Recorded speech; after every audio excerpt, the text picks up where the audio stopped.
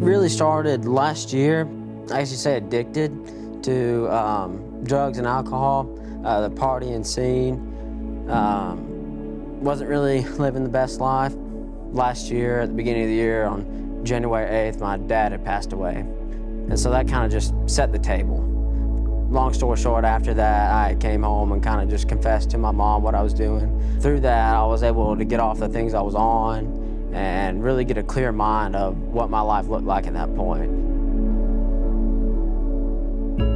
And so I ended up coming to Christ's Place through a friend of mine who had invited me, but Pastor Rick, he had called me over. She asked me, basically the big question was, did I know where I was going when I died? And it was like I told him no. And he asked me, well, did I want to change that? And I said yes. And so I prayed right then and there, and I gave my life to Christ. All right, so you gave your life to Christ on July 4th, and then a few weeks later you were baptized. And I remember that baptism because I was the one that baptized you. So walk me through that baptism. Were you nervous? Did you think I wasn't going to be able to get you back out of the water? Like, tell me about that. The day of, I wasn't too nervous.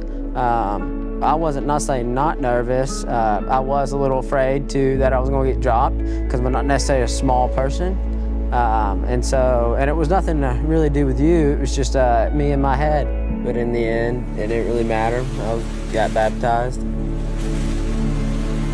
But about a month or so after my salvation, I was starting to feel led to invite people to church, in particular my friend Ashton.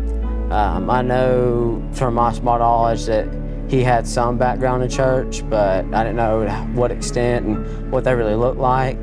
But he ended up saying yes, and from then it took off. I want to say when I was 11 or 12, I kind of started getting a little depressed. If you would have asked me, like, what's one positive thing you can say about yourself, I could not tell you anything. But if you asked me, what do you hate about yourself, I could give you a list of things.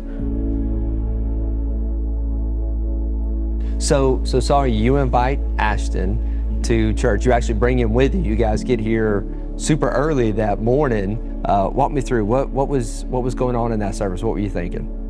The first, of course, the worship songs. That was the first time I really heard about the love of God and really thought about it and really understood it. And that was a big influence for me because I've always thought I was at the bottom of everyone's list. But then knowing about the love of God really struck a chord with me. And just everything that happened at church really led me and praying a prayer to give my life to Christ. So Ashton, you get plugged in,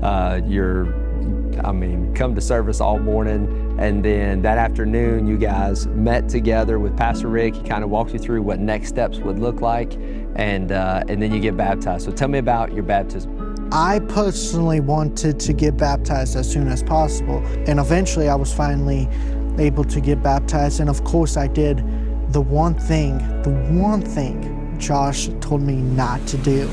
I slipped and fell. It was a struggle to get me back up, but once I got back up, me and Josh kind of just laughed it off. So what would be one thing the two of you would say if, like, let's say someone's sitting there right now and they're nervous. They don't want to get baptized. They're like, do I need to really take my next steps?